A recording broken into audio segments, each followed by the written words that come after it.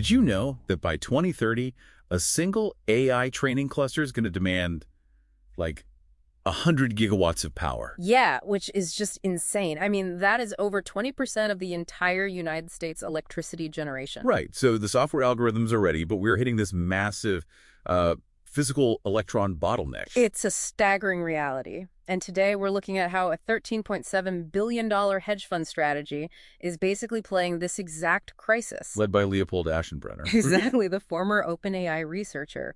His fund is using this barbell strategy, placing two really distinct bets to cover the whole timeline of the AI power crunch. Okay, so on one end, they are investing in the immediate bridge, which is public solar and data center company T1 Energy. Right, and then on the other end, they are betting on the post-2030 endgame, the private fusion pioneer, Type 1 Energy. I always think of current AI development like, you're building this massive state-of-the-art skyscraper. But then you realize you only have a garden hose for plumbing. That is a perfect analogy. And to stretch that garden hose analogy further, T1 Energy's strategy is basically trying to plug that hose into the biggest existing fire hydrants they can find. Because to even have a shot at artificial general intelligence, we desperately need enough raw power to just survive the next 2 to 5 years. 100%. And T1 Energy, trading under the ticker TE, is trying to be that intermediate fix. Right, and they just executed a massive pivot. I mean, T1 abandoned a major battery manufacturing project to aggressively focus on domestic solar in Texas. Specifically the G1 Dallas and G2 Austin facilities, Yep. yeah. But the real play is their international expansion. Oh, right, the Norway project. Exactly. They are taking this massive legacy hydro-powered facility in Mo I Rana, Norway, and transforming it into a high-margin AI data center. So they are essentially like house-flipping industrial assets. That's exactly it. Instead of waiting years to build new grid infrastructure, T1 is acquiring existing 50-megawatt allocations of cheap, renewable hydroelectricity. Plus, the cold Norwegian climate is naturally perfect for cooling those dense GPU clusters. Right, so they are converting low-margin industrial space into premium tech real estate. But that bridge strategy is definitely under heavy fire right now. Oh, absolutely. On May 19th, a short seller named Fuzzy Panda Research released a brutal report on T1.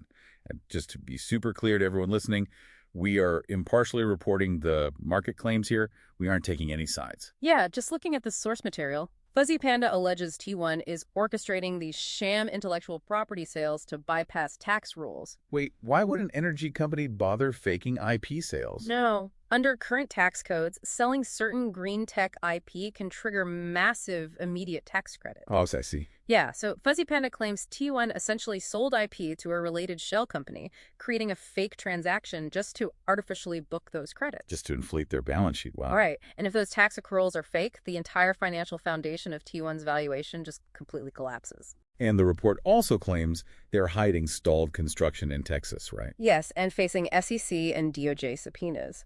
So for T1 to survive, management desperately has to produce IRS validations. Like audited proof of their IP independence to just prove the short sellers wrong. Exactly. But, let's say T1 refutes the short sellers, perfectly executes the solar rollout, and flips these hydro plants. Still only buys us a few years. Right, because intermittent renewables like solar, even when paired with finite hydro allocations, physically cannot sustain a continuous 100 gigawatt baseload demand. The grid will eventually just tap out.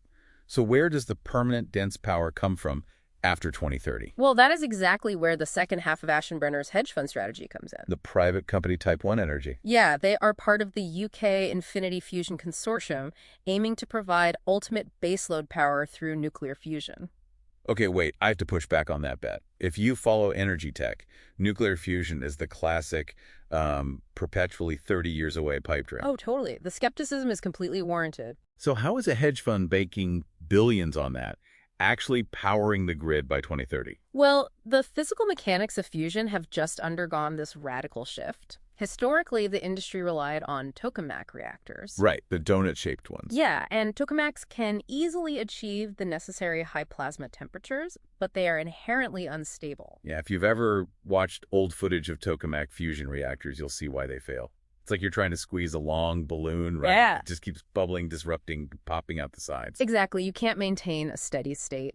Those severe plasma disruptions make continuous operation impossible. So what does type 1 do differently? They use a fundamentally different architecture called a stellarator. A stellarator. Right. So instead of trying to force the plasma into submission, the stellarator relies on high-temperature superconducting magnets, or HTS magnets. Okay, what do those do? These magnets form highly complex 3D coils that basically engineer a perfect magnetic cage. Yeah, the cage holds the plasma securely in place from all angles, which just eliminates those destructive disruptions entirely. So it finally achieves stable, steady-state plasma confinement. Exactly. That is wild. So the race to artificial general intelligence really isn't just a software competition at all. Not at all. It is a physical, heavy industry war. Spanning from, solar hubs and hydroplant house flipping today, all the way to stellarator fusion by 2030. Because the algorithms might be brilliant, but they are entirely dependent on the physical plumbing. Right. Well, we'll leave you with this to mull over. If the ultimate rate-limiting factor for superintelligence is raw electricity, will the future be controlled by the brilliant coders who write the algorithms? Or the people who physically own the power switch.